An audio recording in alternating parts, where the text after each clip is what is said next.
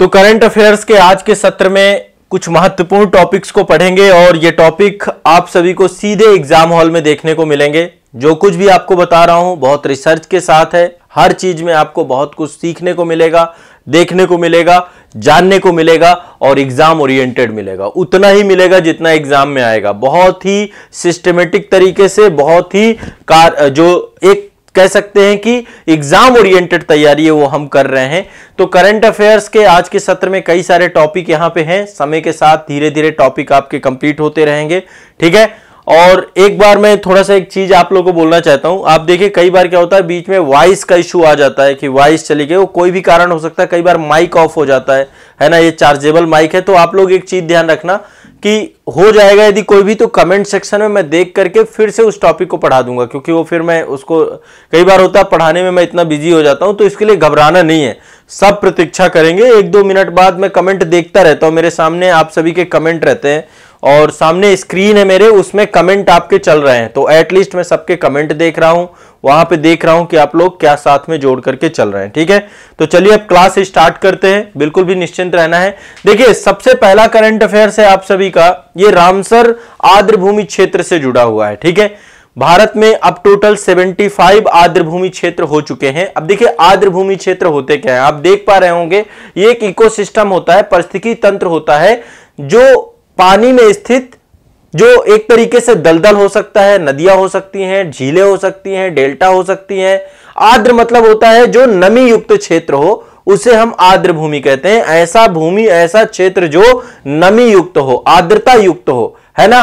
तो ये आर्द्रता किसी दलदली क्षेत्र के तौर पे भी हो सकती है, नदियों की भी आर्द्रता हो सकती है, डेल्टाई क्षेत्रों की हो सकती है, झीलों की हो सकती है, बाढ़ वाले मैदान भी हो सकते हैं। चावल के खेत भी आपके इसके अंतर्गत आते हैं। चावल में भी आप देखते हैं ना, चावल के खेतों में जल भराव बड़े स्तर पे होता है। समुद्री क्षेत्र भी होते हैं, तालाब भी होते हैं, जलाशय भी होते हैं। ये सब कुछ आपके मिलकर के आर्द्रभूमि क्षेत्र कहलाते हैं, ठीक है। तो एक तरीके से जल और स्थल के बीच ये एक संक्रमण क्षेत्र होते हैं, एक तरीके से ये ट्रांजिशन क्षेत्र होते हैं। तो जैव विविधता की दृष्टि से ये सबसे समृद्ध क्षेत्र होते हैं। आर्द्रभूमि क्षेत्र पृथ्वी में सबसे उत्पादक इकोसिस्टम के तौर पे होते हैं। यहां पर कई सारी चीजें एक साथ आप देख सकते हैं, ठीक है। सिंचाई के लिए पानी भी उपलब्ध हो सकता है, मत्स्य पालन भी हो सकता है, पानी की आपूर्ति हो सकती है। ये फिल्ट्रेशन का भी काम करते हैं, है ना, वाटर फिल्ट्रेशन का भी काम करते हैं, जैव विविधता को भी इनरिच्ड करने का काम करते हैं। तो ये आपको ध्यान में रखना है कि यह पानी के प्रवाह को भी नियंत्रित करने का काम करती हैं। तो आर्द्र भूमि क्षेत्र क्या होते हैं, नमी युक्त क्षेत्र है। नमी युक्त क्षेत्र को आर्द्र भूमि क्षेत्र के तौर पे जानते हैं। तो ये तो सबसे पहली बात है, आर्द्र भूमि क्षेत्र क्या है। अब मैं आपको दूसरा बताता हूं। अभी हाल ही में आर्द्र भूमि क्षेत्र घोषित किए गए हैं, नए रामसर स्थल घोषित किए गए हैं। रामसर स्थल के बारे में चर्चा होती है कि रामसर स्थल क्या है। देखिए ईरान में एक जगह थी रामसर, क्या है, ईरान में एक जगह थी रामसर। ये आपको दिमाग में बैठा के चलना है, ठीक है। ईरान में एक जगह है रामसर, कैस्पियन सागर से सीमा साझा करता है ईरान, आप सभी जानते हैं। 1971 पे यहां पे एक सम्मेलन हुआ। यह सम्मेलन किसके द्वारा करवाया गया, यूनेस्को के द्वारा, ठीक है। और यहां पर एक पर्यावरण संधि हुई यूनेस्को के तत्वावधान में, आर्द्र भूमियों पर एक अभिसमय हुआ। इसके तहत जो है आपका, इसका नाम रामसर संधि रखा गया है। और इसके तहत किया क्या जाता है, इसके तहत आर्द्र भूमियों का संरक्षण किया जाता है। क्या किया जाता है, आर्द्र भूमियों का संरक्षण किया जाता है रामसर स्थल के तहत। तो अब 1971 में आर्द्र भूमियों के संरक्षण के लिए ईरान शहर में क्या हुआ था, एक सम्मेलन हुआ था और इस समझौते को 1975 में प्रभावी किया गया था। 1971 में सम्मेलन हुआ, ठीक है। 1971 में सम्मेलन हुआ आपका, 1971 में सम्मेलन 1975 में प्रभावी हुआ। यदि हम भारत की बात करें तो भारत जो है आपका 1982 में इस अभिसमय में शामिल हुआ। 1982 में भारत भी रामसर कन्वेंशन के तहत शामिल हो गया। किसमें शामिल हो गया, रामसर कन्वेंशन के तहत शामिल हो गया, ठीक है। अभी देखिए यदि हम पूरे विश्व की बात करें तो विश्व में लगभग 2400 से ज्यादा आपकी रामसर स्थल हैं। टोटल कितने हैं, 2400 से ज्यादा। भारत की बात करें तो भारत में अगस्त 2022 तक, अपडेटेड डेटा यह है आपका, आजादी के अमृत महोत्सव हमने मनाया था अगस्त 2022 में, ठीक है। आजादी के कितने वर्ष पूरे हुए थे 2022 में, 75। तो रामसर स्थल अभी कितने हो गए हैं? 75। 75 रामसर स्थल भारत में हो चुके हैं, 75 आर्द्रभूमि क्षेत्र हो चुके हैं। 75वां रामसर स्थल जो आपका है वो आपका जम्मू कश्मीर में है, सालबुग आर्द्रभूमि क्षेत्र। अभी मैं वो दिखा दूंगा, चर्चा कर दूंगा, ठीक है। तो देखिए ये थोड़ा सा आप देखिए यहां पर एक जो है ज्योग्राफी, वर्ल्ड ज्योग्राफी से जुड़ा हुआ आपका एक सेशन आप कह सकते हैं, एक टॉपिक है ये कि कैस्पियन सागर से कौन कौन से देश सीमा साझा करते हैं। चूंकि यहां पे रामसर की बात हुई है तो देखिए कैस्पियन सागर से सीमा साझा करने वाले में एक तो कजाकिस्तान है आपका, ये मध्य एशियाई देश है कजाकिस्तान। इधर रूस है आपका, ठीक है। रूस ब्लैक सागर से भी सीमा साझा करता है, कैस्पियन सागर से भी करता है। तो कजाकिस्तान हो गया आपका, रूस हो गया, ठीक है। कजाकिस्तान हो गया, रूस हो गया। यहां पे देखिए अजरबैजान है, इसकी राजधानी बाकू है, अजरबैजान। देखिए इसकी बाकू जो राजधानी है ना वो कैस्पियन सागर के तट पे ही अवस्थित है आपकी, ठीक है। इसके बाद आपका ये ईरान हो गया और ये तुर्कमेनिस्तान हो गया। तो टोटल 5 कंट्रीज हैं आपकी, ये 5 कंट्री आपकी सीमा साझा करती हैं कैस्पियन सागर से। ये एग्जाम में क्वेश्चन कई बार पूछता है, आपको पता होना चाहिए, ठीक है। बाकी इससे जुड़ा हुआ कि कौन कौन से सागर आपके सीमा साझा करते हैं किस देश से, इसके लिए मैंने एक डिटेल वीडियो बनाया है आजाद आईएएस एकेडमी में। एक बार आप सर्च करिएगा वर्ल्ड ज्योग्राफी के टॉपिक के अंतर्गत, ब्लैक सागर, अरल सागर, अजोब सागर, बाल्टिक सागर, भूमध्य सागर, सारे सागर जितने भी हो सकते हैं सभी सागरों को, रेड आपका लाल सागर, सभी के साथ सीमा साझा करने वाले देशों को मैंने एक लिस्ट आपकी वहां पे करवाई है। तो यहां पे थोड़ा सा चर्चा आपकी डिस्कस कर लेते हैं। तो देखिए भारत में स्वतंत्रता के 75 वर्ष पूरे हुए हैं। 75 वर्ष में टोटल भारत में 75 रामसर स्थल हो चुके हैं। कितने हो चुके हैं? 75 रामचंद्र स्थल, ठीक है। अभी जो है अगस्त 2022 में आपके 11 आर्द्रभूमि और जोड़े गए थे। देखिए एक बार थोड़ा सा मैं आपको यहाँ पे एक दिखा देता हूं, ये आप एक डेटा देख लीजिए। ये थोड़ा इंपॉर्टेंट है क्योंकि देखो मेंस ओरिएंटेड भी टॉपिक है आपका, इसलिए मैं थोड़ा सा इस पे जोर ज्यादा दे रहा हूं। मैं एक एक पॉइंट आपके क्लियर करा दूंगा। ये देखिए रामसर स्थल भारत जो है आपका जुड़ा 1982 में जुड़ा है। तो तब से लेके अब तक कितने हो चुके हैं भारत में? रामसर स्थलों की बात करें तब से लेके अब तक कितने हो चुके हैं?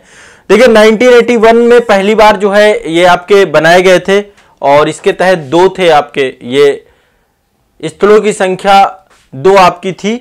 इसके बाद 1990 में 4 थी टोटल, 2002 में आपकी 13 थी, 2005 में 6 थी। तो इस तरीके से आप देखेंगे तो टोटल आपके 1981 से लेकर 1981 से लेकर 2013 तक आपके क्या थे? टोटल 26 स्थल थे। अभी जो लेटेस्ट है 2022 में आपके टोटल 19 स्थल जोड़े गए हैं और यदि हम बात करें 2014 से 2022 तक तो 49 स्थल जोड़े जा चुके हैं। बहुत ज्यादा स्थलों को रामसर स्थल में जोड़ा गया। इस प्रकार से टोटल आपके 75 स्थल है, ठीक है, 75। अभी 11 जो आपकी हाल ही में हुई है तो 11 की लिस्टिंग ये रही आपकी, ठीक है। ये आप 11 है टोटल। मैं एक बार रफली आइडिया दे देता हूं, बाकी एक बार आप लोग गूगल में सर्च कर लेना, वहां पर एक बार देख लेना आर्द्रभूमि क्षेत्र को लेकर के। बाकी यहाँ पे एक देखिए, मैं पहले एक बार थोड़ा सा आपको इसके बारे में बता देता हूं और डिटेल से चीजों को। यहाँ पे कुछ चीजें आपके पास हैं तो मैं एक बार इनको बता देता हूं। तो देखिए यहाँ पे आपको ये दिख रहा होगा, नहीं तो आप मेरी वॉइस सुन पा रहे हैं। भारत में स्वतंत्रता के 75 वर्ष बाद 75 रामसर स्थल हो गए, ठीक है, टोटल। और अभी जो है अगस्त 2022 में 11 आर्द्रभूमियों को और शामिल किया गया था। 11 आर्द्रभूमियों में तमिलनाडु के 4 हैं। यहाँ पे देखो 1-2 फैक्ट आपको बताता हूं, थोड़ा सा इन फैक्टों को भी दिमाग में बैठा लीजिएगा, ठीक है।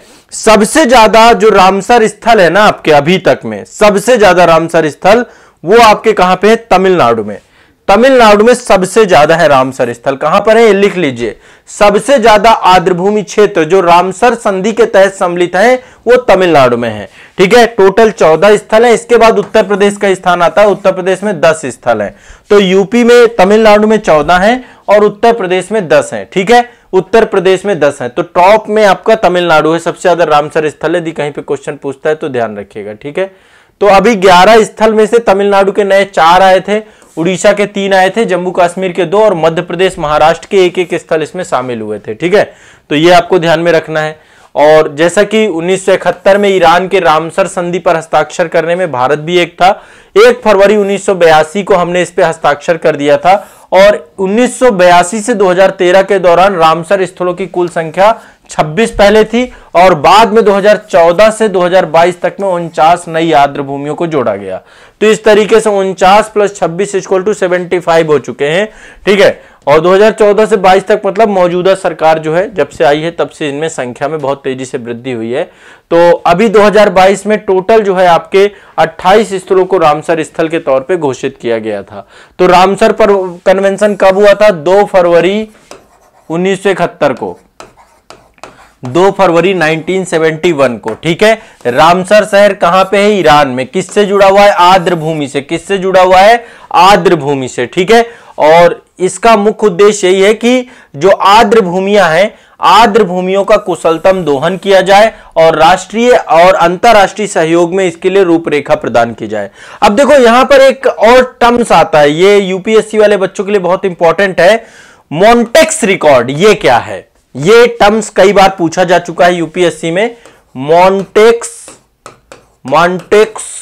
रिकॉर्ड ये क्या है? ये भी आपका जुड़ा हुआ एक टर्म्स पूछता है कि हाल ही में चर्चा में रहा। तो मॉन्टेक्स रिकॉर्ड भी आपका रामसर कन्वेंशन के तहत आपका रिकॉर्ड रखा जाता है। जो भी अंतरराष्ट्रीय महत्व की आर्द्र भूमि है ना, और रामसर कन्वेंशन के तहत उनको आर्द्र भूमि अंतरराष्ट्रीय महत्व की घोषित किया गया है, उन आर्द्र भूमि स्थलों का एक रजिस्टर है। इस रजिस्टर को ही मॉन्टेक्स रिकॉर्ड कहा जाता है। क्या बोला जाता है? मॉन्ट्रोक्स रिकॉर्ड बोला जाता है। क्या बोला जाता है? मॉन्ट्रोक्स रिकॉर्ड। तो मॉन्ट्रोक्स रिकॉर्ड के अंतर्गत अंतरराष्ट्रीय महत्व की जो आर्द्र भूमियां हैं उनका एक रजिस्टर बनाया गया, उनकी एक सूची बनाई गई है। और ये ऐसे आर्द्र भूमियों की सूची होती है जहां पे पारिस्थितिकी तंत्र में कोई बड़ा चेंज आया हो, कोई परिवर्तन आया हो, है ना। आपको पता है कि जिस तरीके से हम पर्यावरण का अंधाधुंध दोहन कर रहे हैं, उनमें से बहुत सारी पर्यावरण की खामियां देखने को मिलते हैं, जैसे कि तकनीकी विकास हो रहा है, प्रदूषण हो रहा है, मानवीय हस्तक्षेप हो रहा है। इन सब के कारण से मान लीजिए कोई आर्द्र भूमि बहुत ज्यादा क्या हो गई आपकी, जो है धीरे धीरे उसको वो अपना विनाश की ओर जा रही है, खात्मे की ओर जा रही है, तो इनको जो है मॉन्टेक्स रिकॉर्ड में जोड़ दिया जाता है, ठीक है। अंतरराष्ट्रीय महत्व की आर्द्र भूमियों को जिनका पारिस्थितिकी तंत्र में बड़ी तेजी से हस्तक्षेप हो रहा है, उनका विनाश हो रहा है, तो मॉन्टेक्स रिकॉर्ड में इनको जोड़ दिया जाता है। अभी देखो वर्तमान में केवलादेव राष्ट्रीय उद्यान जो राजस्थान में है, लोकटक झील जो मणिपुर में है, इन दोनों को मॉन्टेक्स रिकॉर्ड में डाल दिया गया है क्योंकि ये बहुत तेजी से इनके इकोसिस्टम में परिवर्तन देखने को मिल रहा है।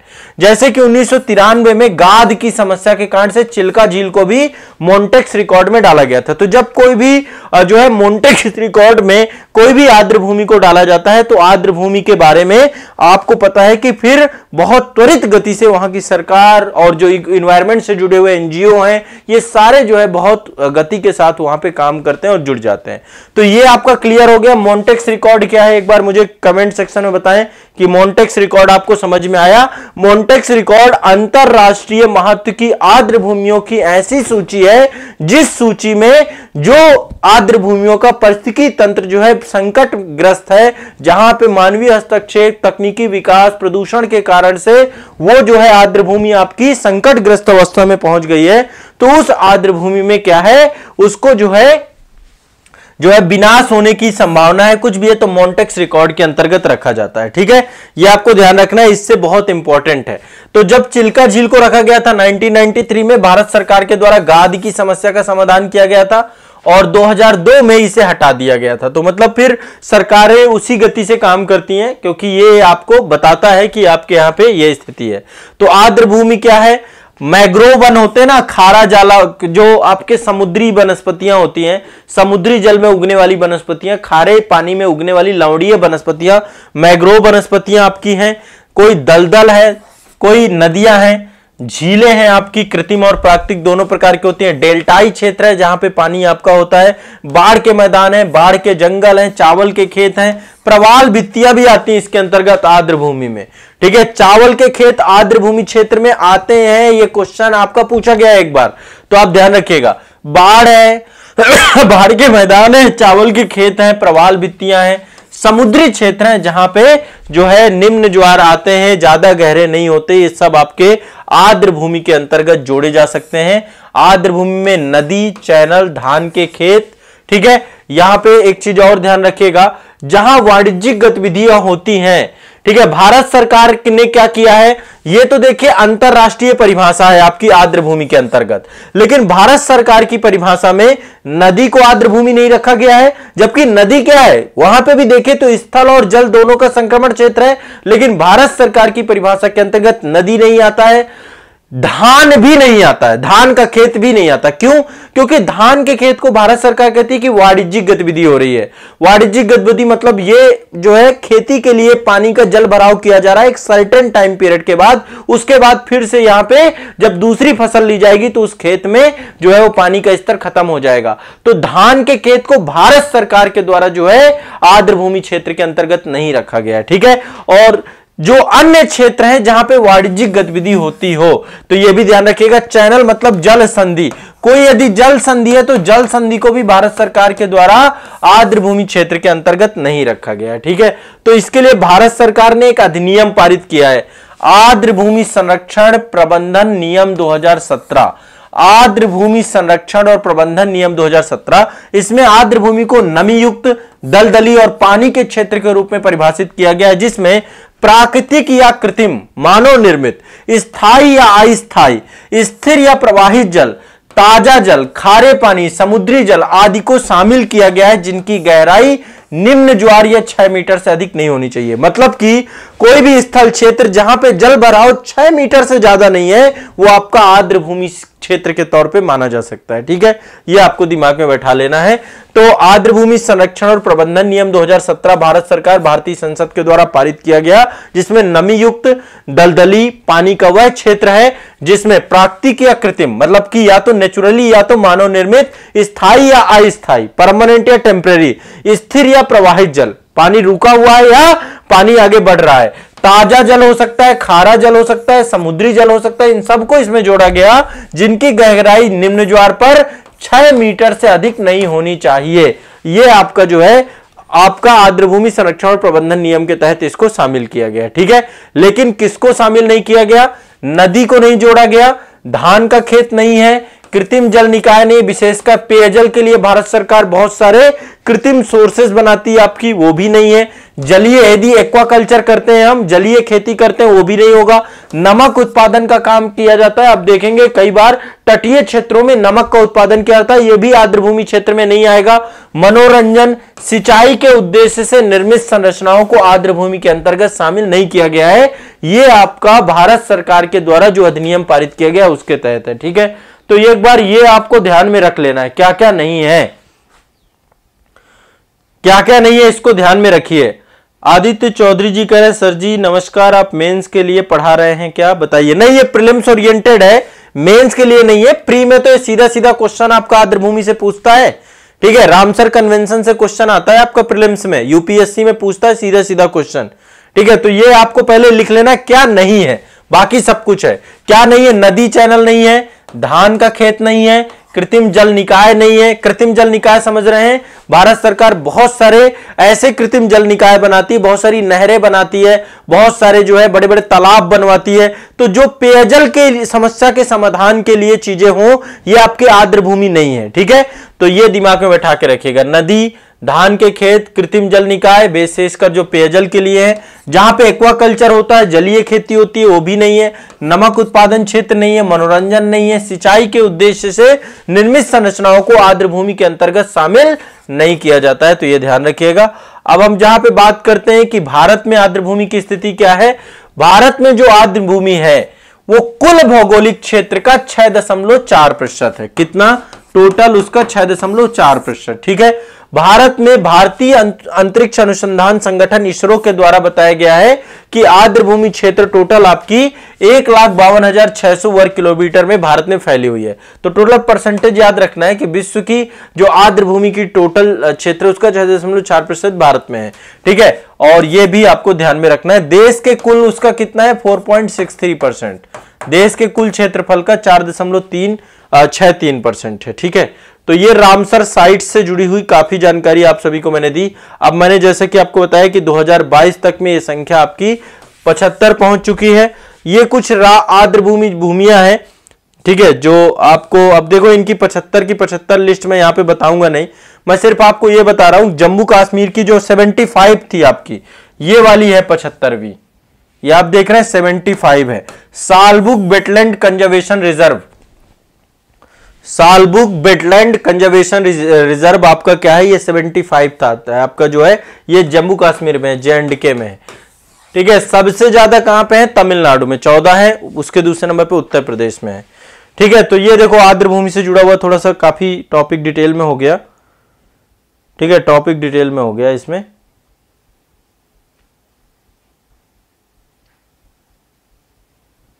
ऑल क्लियर सभी को,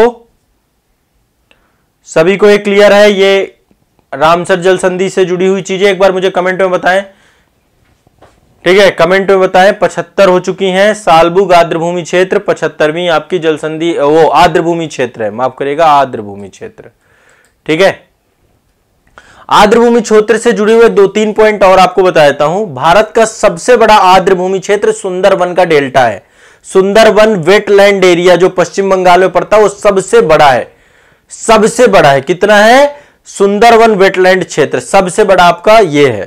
ठीक है, दूसरा, सबसे पहला रामसर स्थल कौन सा था, सबसे पहला रामसर स्थल चिल्का झील है आपका, सबसे पहला रामसर स्थल चिल्का झील है, उड़ीसा में पड़ती है आपकी ये झील। ये एक लैगून झील है, कैसी झील है, लैगून झील, यानी समंदर का पानी आपका स्थल में प्रवेश कर गया है, खारी झील है आपकी ये लैगून। भारत की सबसे बड़ी झील है ये, खारी झील है, लैगून झील। ठीक है, चिल्का झील। बाकी केरल की झीलों को कयाल कहते हैं, केरल में भी बैक वाटर होता है, मतलब समंदर का पानी स्थल में प्रवेश कर जाता है, इसे बैक वाटर कहते हैं। तो बैक वाटर को वहां पे कयाल बोलते हैं केरल में। ठीक है, कयाल बोलते हैं। थोड़ा सा 2-3 बातें और लिख लीजिए, मैं आपको बता दे रहा हूं। पहला नंबर 1 मैंने आपको बताया कि सबसे पहला जो है आपका जो है चिल्का झील हो गया, सबसे बड़ा आपका सुंदरवन का डेल्टा है। अब सबसे विश्व में सबसे ज्यादा आपके जो है वेटलैंड एरिया कहां पे है, अभी किसके सम्मिलित है रामसर के अंतर्गत, तो यूके के 175, यूनाइटेड किंगडम के 175 स्थल सम्मिलित है इसमें। 175 स्थल विश्व में सबसे ज्यादा आपके सम्मिलित हैं यूके के, ये ध्यान रखना है। ठीक है, और ये आपको दिमाग में लेना। अच्छा, विश्व में सबसे पहला कौन सा था, विश्व में सबसे पहला रामसर स्थल 1974 में सम्मिलित किया गया, ऑस्ट्रेलिया का कोबोर्ग प्रायद्वीप। ऑस्ट्रेलिया में एक प्रायद्वीप है, उसको विश्व का पहला सम्मिलित किया, कोबोर्ग प्रायद्वीप, कोबोर्ग प्रायद्वीप। ये विश्व का पहला है आपका, पहला रामसर स्थल ऑस्ट्रेलिया में पड़ता है, कोबोर्ग प्रायद्वीप। ठीक है, ये भी आपको दिमाग में बैठा के रखना है। 4-5 देखो कई सारे पॉइंट आपको बता दिए। अच्छा, सबसे छोटा वेटलैंड एरिया कौन सा है भारत का, सबसे छोटा आपका हिमाचल प्रदेश में पड़ता है, रेणुका वेटलैंड एरिया, रेणुका आर्द्र भूमि क्षेत्र सबसे छोटा है, सबसे छोटा। भारत का सबसे पहला कृत्रिम आर्द्र भूमि स्थल कौन सा है, जो नेचुरल नहीं है, कृत्रिम है, हरिके बैराज। ये सारे पॉइंट लिख सकते हो, ध्यान रख लो, लिख लो, याद रहेगा। ठीक है, मान लो कभी क्वेश्चन पूछ लेता है। ठीक है, तो हरिके बैराज आपका पहला नेचुरल नहीं है, कृत्रिम है। ठीक है, जो मानव निर्मित है। वहीं से आपकी इंदिरा गांधी कैनाल आपकी निकली हुई है। ठीक है, इंदिरा गांधी कैनाल आपकी वहीं से निकली हुई है। हाँ, सबसे छोटा रेणुका आर्द्र भूमि स्थल है, आदित्य चौधरी जी, वेरी गुड। हाँ, कोबार्ग पेनिनसुला आपका जो है ये ऑस्ट्रेलिया का है और सबसे पहला है। सबसे ज्यादा रामसर स्थल कहां पे है, तमिलनाडु में। उसके बाद दूसरे नंबर पे कहां पे है, उत्तर प्रदेश में। ये आपको दिमाग में बैठा के चलना है। ठीक है, इतना आपको दिमाग में बैठा के चलना है। और मैंने आपको बताया 2014 से 2022 तक रामसर स्थलों की संख्या कितनी हो चुकी है, 49। कितनी हो गई, 49। भारत में भी टोटल कितने हैं, 50, 75 हो चुके हैं भारत में टोटल। ठीक है, और ये दिमाग में बैठा के चलना है। ठीक है, चलिए आगे बढ़ते हैं और नेक्स्ट टॉपिक की ओर आगे बढ़ते हैं। सबसे छोटा रेणुका, रेणुका, रेणुका। ठीक है, चलो अगला टॉपिक। वेरी गुड, बहुत बढ़िया। देखो जितने भी बच्चे हैं, एक बार आपसे फिर से रिक्वेस्ट है मेरी कि आप सभी एक बार सेशन को जरूर से जरूर क्या करें, शेयर जरूर करें। जो भी आता है लाइक करें और शेयर करें। 2 काम आप लोग जरूर करते रहिएगा। ये आप लोगों के लिए और ये मेरे मोटिवेशन के लिए बहुत जरूरी है। यहाँ पे छात्र ज्यादा से ज्यादा जुड़ पाए, वो हमारे लिए सबसे बेस्ट है। देखो एक रिपोर्ट आई है आपकी, इस रिपोर्ट के बारे में देखिएगा। द वर्ल्ड फॉरेस्ट रिपोर्ट आपकी आई है, the state of the world forest report 2022। एक रिपोर्ट है आपकी द वर्ल्ड फॉरेस्ट रिपोर्ट, ठीक है।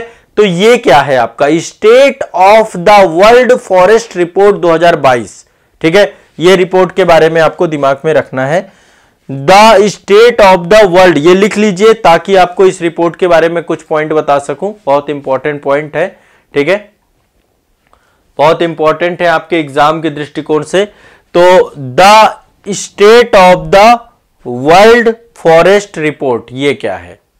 विश्व वन स्थिति रिपोर्ट 2022। इससे पहले मैंने भारत की वन स्थिति रिपोर्ट बताई थी, भारत की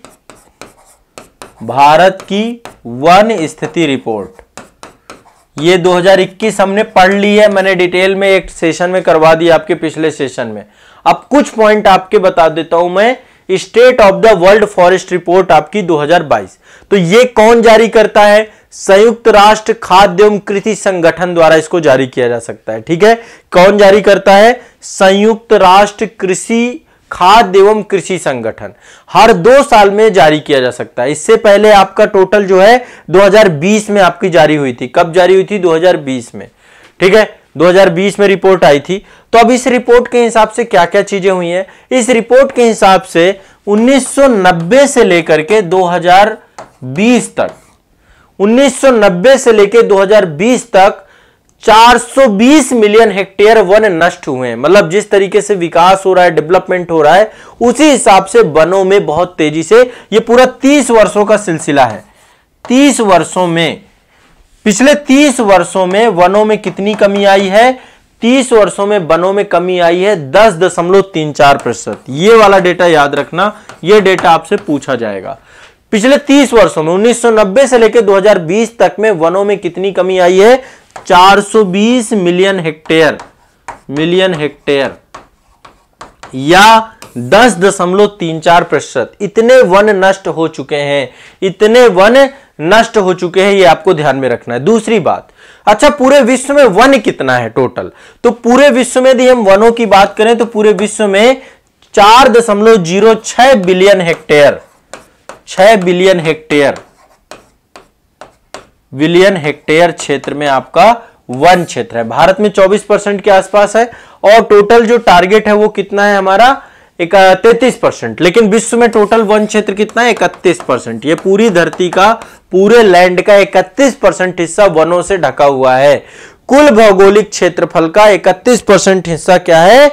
वन ही है, ठीक है। तो एक चीज और आपको ध्यान रखिएगा, ये रिपोर्ट ये भी बताती है कि 140 से अधिक देशों का वन जो है 2030 तक समाप्त हो जाएंगे, खत्म हो जाएंगे। जिस गति से वनों को काटा जा रहा है, फॉरेस्ट एरिया को काटा जा रहा है, उसके अनुसार 140 से अधिक देशों में 2030 तक वनों को समाप्त कर दिया नहीं, वनों को समाप्त नहीं, वन हानि को समाप्त करने की घोषणा की गई। बहुत तेजी से, माफ करिएगा यहां पे थोड़ा सा, यहां पे मैंने बोल दिया वनों को समाप्त करना, ऐसा नहीं है। वनों को समाप्त करना नहीं, वनों में जो इस तरीके से वनों को काटा जा रहा है, बहुत तेजी से वनों की हानि हो रही है, इसको समाप्त करने की। वन समाप्त हो जाएंगे तो सब खत्म हो जाएगा, है ना। तो इस रिपोर्ट के अनुसार 140 से अधिक देशों ने प्रतिबद्धता जारी की है कि 2030 तक वो क्या करेंगे? वनों की जो हानि हो रही है बहुत तेजी से, इस हानि को वो समाप्त कर देंगे और बहुत तेजी से ट्री प्लांटेशन या फिर आपका फॉरेस्ट एरिया को बढ़ाने का प्रयास किया जाएगा। तो ये भी आपको ध्यान में रखना है। टोटल कितना? 10.34% वनों को नष्ट हुआ है। कब से? 30 वर्षों में, 1990 से 2020 तक में विश्व में टोटल कितना वन है आपका? 31% के आसपास वन है, ठीक है। ये आपको 2-3 पॉइंट है इसमें, ये 2-3 पॉइंट ही इंपॉर्टेंट है, 2-3 पॉइंट आपको पता होना चाहिए। अब देखो, आज मैंने कुछ आपकी नियुक्तियां ले ली हैं, मतलब कुछ साथ में, ये साथ साथ ये भी करते जाएं। पिछले सेशन में भी मैंने आपकी कुछ नियुक्तियां करवाई थी। नियुक्तियां मैं एक साथ नहीं करवा रहा हूं, थोड़ा थोड़ा करके करवा रहा हूं ताकि आपको नियुक्तियों में कोई दिक्कत ना हो। तो यहां पे अभी बहुत सारी कुछ नियुक्तियां आपको बताने जा रहा हूं, आप लोग सारी नियुक्तियों को ध्यान से रखिएगा, ठीक है। 4-5 बड़ी नियुक्तियां आपको मैं बताने जा रहा हूं, तो आप लोग एक एक करके सारी नियुक्तियों के बारे में लिख लीजिए, ठीक है। सबसे पहली नियुक्ति ये सेना से जुड़ी हुई है, ये रट जाना चाहिए, आपको पता होना चाहिए। हेडिंग डाल लीजिएगा नियुक्तियां, वर्तमान में कौन क्या है। मैंने एक लिखवाया था पिछले सेशन में, काफी सारी नियुक्तियां, उन्हीं पे वहीं पे एक अलग से एक पेज बना लीजिएगा आप नियुक्तियों का, ठीक है सभी लोग। तो देखिए सबसे पहले बात करते हैं कि भारत में सेना में सबसे पहले पर्सन है भारत के chief of defence staff, CDS की बात है, ठीक है। चीफ ऑफ डिफेंस स्टाफ कौन है भारत के, सीडीएस कौन है, चीफ ऑफ डिफेंस स्टाफ कौन है, तो ये है हमारे अनिल चौहान साहब। कौन है, जनरल अनिल चौहान। जनरल अनिल चौहान भारत के अभी चीफ ऑफ डिफेंस स्टाफ है हाल फिलहाल में, ठीक है। इसके बाद बात करते हैं सेना अध्यक्ष। सेना अध्यक्ष 3 है आपके, नौसेना अध्यक्ष, वायुसेना अध्यक्ष, थल सेना अध्यक्ष। हमारे जो थल सेना अध्यक्ष हैं, सेना प्रमुख हैं, जो थल सेना प्रमुख हैं वो है जनरल मनोज पांडे जी। जनरल मनोज पांडे जी भारत के 29वें थल सेना प्रमुख हैं। आपको पता है भारत का सर्वोच्च सेनापति भारत के राष्ट्रपति होते हैं, भारत का सर्वोच्च सेनापति भारत के राष्ट्रपति होते हैं। तो 3 सेनाओं में से थल सेना के प्रमुख मनोज पांडे जी हैं, याद कर लीजिए 29वें नंबर के हैं, 29th है ना, ये ध्यान रखना है। इसके बाद चलते हैं आगे, जोड़ते हैं आगे हैं वायुसेना प्रमुख भारत के, तो वायुसेना प्रमुख हैं विवेक राम चौधरी, ठीक है, BR चौधरी, ठीक है। एयर चीफ मार्शल इनके आगे लगता है हमेशा। और एक चीज ध्यान रखिएगा, जब भी हम थल सेना प्रमुख की बात करेंगे तो उनके आगे जनरल रखता है, क्या लगता है, ये रैंक है आपकी, सबसे बड़ी रैंक है जनरल। तो जनरल मनोज पांडे है ना, पूरा नाम है जनरल मनोज पांडे जी, भारत के 29वें जो है आपके थल सेना प्रमुख है। दूसरे एयर चीफ मार्शल जो हमारे देश के हैं वो है BR चौधरी, पूरा नाम इसका नाम विवेक राम चौधरी, ये भारत के 27वें एयर चीफ मार्शल है अभी तक में, 27वें, ये भी आपको पता रखना है। दूसरा जो हमारे नौसेना प्रमुख है ये है एडमिरल R हरि कुमार। नौसेना प्रमुख कौन है, एडमिरल R हरि कुमार, ठीक है। तो ये भी आपको ध्यान में रखना है, एडमिरल R हरि कुमार, ये भारत के 25वें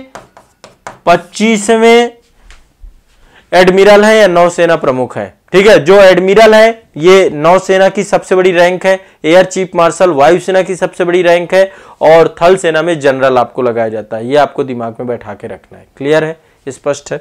अब कुछ और नियुक्तियां देख लेते हैं, 5-6 नियुक्तियां लिखवा देता हूं, एक बार नियुक्तियां लिख लेना, कुछ लिस्ट बना लो नियुक्तियों की। पहले लिख लीजिए भारत के लोकपाल अध्यक्ष कौन है।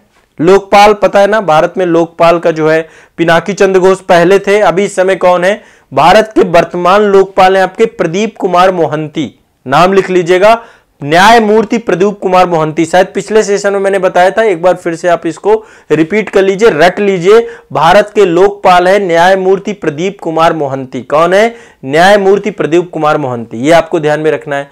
मुख्य चुनाव आयुक्त मैंने आपको बताया था, मुख्य चुनाव आयुक्त राजीव कुमार है, 25वें मुख्य चुनाव आयुक्त हैं आपके। कौन है, 25वें मुख्य चुनाव आयुक्त है। अच्छा, भारत के नियंत्रक और महालेखा परीक्षक CAG कौन है, कैग कौन है, गिरीश चंद्र मुर्मू। कौन है, गिरीश चंद्र मुर्मू, 14वें आपके CAG हैं वो, भारत के 14वें CAG हैं गिरीश चंद्र मुर्मू, नाम आप लिख लीजिएगा। और भारत के लेखा महानियंत्रक CGA कौन है, श्री SS दुबे। ये 2 अलग अलग पद हैं, एक है आपका नियंत्रक और महालेखा परीक्षक गिरीश चंद्र मुर्मू साहब हैं, दूसरा आपका भारत के लेखा महानियंत्रक, ये आपके कौन है, श्री SS दुबे। ये 2 अलग अलग पद हैं, दोनों के बारे में आपको एक लिस्ट बना लेनी है। क्लियर है, स्पष्ट है, बहुत ज्यादा इसमें दिक्कत नहीं है। भारत के मुख्य सांख्यिकी विद कौन से हैं, जो भारत की जो जनगणना होती है, सब सांख्यिकी विभाग है उसके द्वारा करवाया जाता है, तो भारत के मुख्य सांख्यिकी विद हैं GP सामंत, ये भी लिख लीजिएगा, GP सामंत।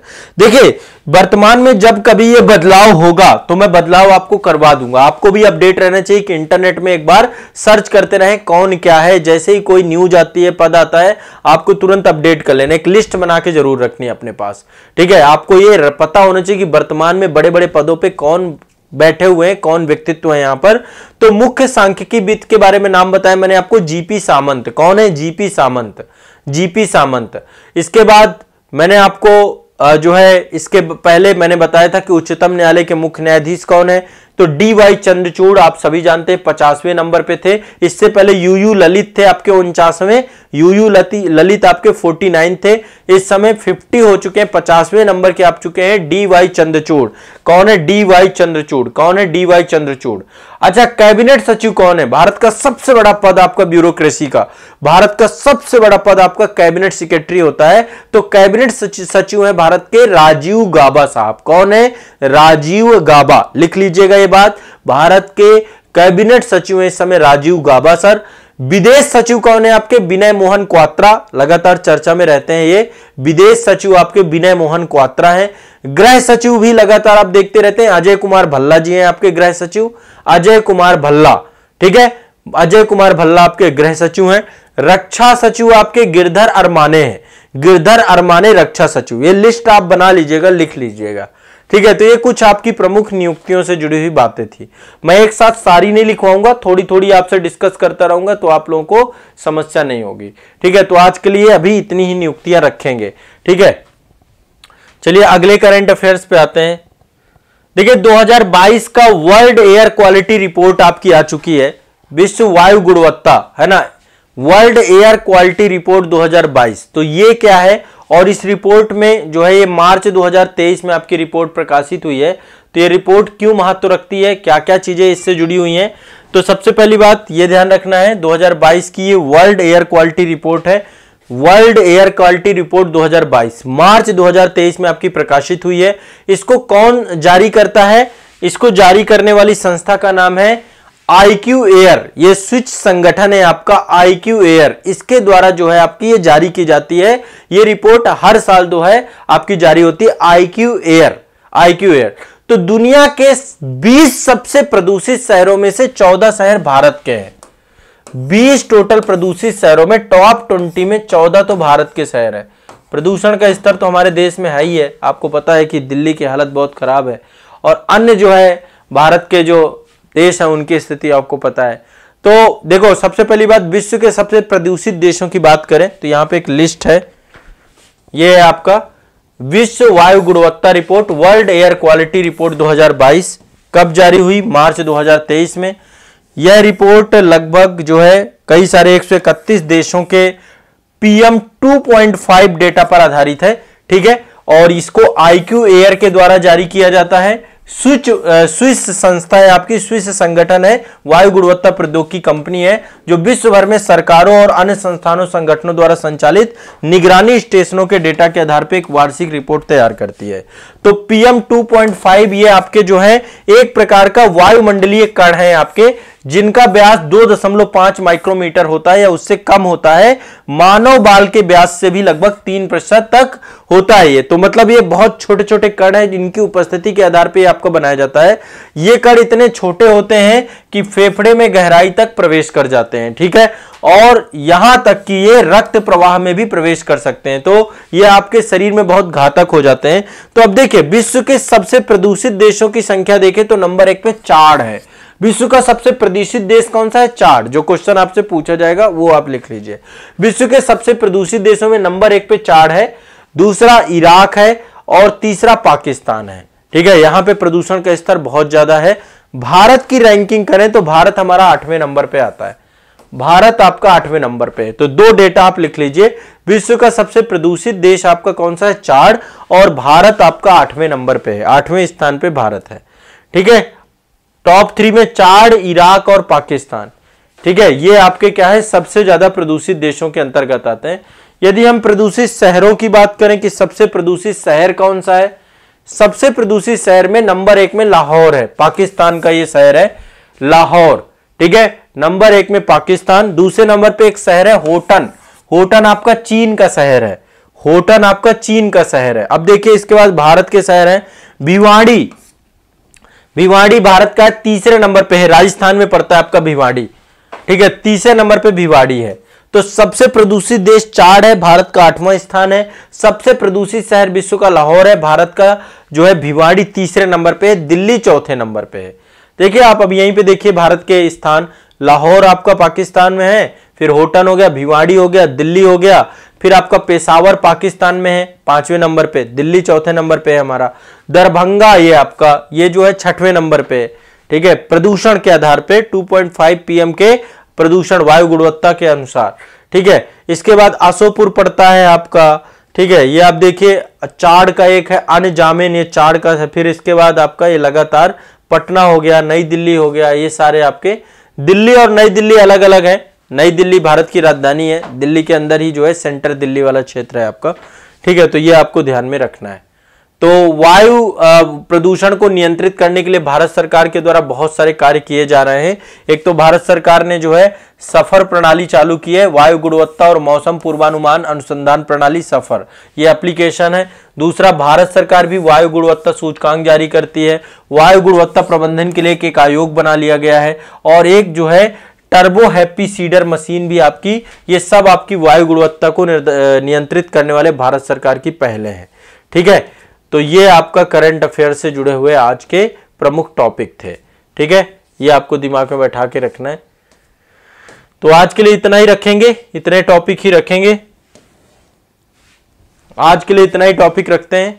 देखिए आज मैंने क्या क्या करवा दिया। एक तो आर्द्र भूमि वाला टॉपिक आपका था, बहुत इंपॉर्टेंट टॉपिक था, वो आपको जानना चाहिए था आर्द्र भूमि वाला, तो आर्द्र भूमि वाला मैंने आपका करवा दिया। दूसरे नंबर पे एक रिपोर्ट है आपकी वर्ल्ड फॉरेस्ट रिपोर्ट, ये भी मैंने आपकी करवा दी। वर्ल्ड फॉरेस्ट रिपोर्ट के बाद कुछ प्रमुख नियुक्तियों के बारे में बताया, इनको रट लीजिएगा, है ना। कैबिनेट सचिव राजीव गापा है, विदेश सचिव विनय मोहन क्वात्रा हैं, गृह सचिव अजय कुमार बल्ला हैं, रक्षा सचिव आपके गिरधर अरमाने हैं, ये आपको पता होना चाहिए। ठीक है, और एक दो लिख लीजिए, वित्त सचिव आपके टीबी सोमनाथन है। वित्त सचिव कौन है? टीबी सोमनाथन। वित्त सचिव ये मतलब जो मंत्रालय वाइज सबसे बड़े पद हैं आपके सचिव के, सेक्रेटरी के, है ना। और राजस्व सचिव आपके संजय मल्होत्रा है। ठीक है, ये कुछ नाम आप लिख लीजिए। इसके बाद मैंने आपको बताया कि भारत के जो नियंत्रक महालेखा परीक्षक है गिरीश चंद्र मुर्मू हैं। ठीक है, 14वें नंबर के सीएजी हैं। और भारत के लेखा महानियंत्रक हैं सीजीए, वो आपके श्री एस दुबे साहब हैं। ठीक है, और सांख्यिकीविद, भारत के मुख्य सांख्यिकीविद आपके कौन है? जीपी सामंत है। कौन है? जीपी सामंत। ठीक है, तो आज के लिए बाकी अध्यक्ष मैंने आपको बता दिए, सेना अध्यक्ष जितने भी हैं ये सारे आपको भी लिखवा दिए। तो आज के लिए इतना ही रखेंगे, बाकी हम लोग नेक्स्ट सेशन में करेंगे। ठीक है, आज के लिए इतना ही रखते हैं करंट अफेयर्स में, बाकी कल करेंगे। चीजों को हम रेगुलर निरंतर चीजों को लेकर के चल रहे हैं, आप लोग भी रेगुलर रहिए। जितना मैं पढ़ा दे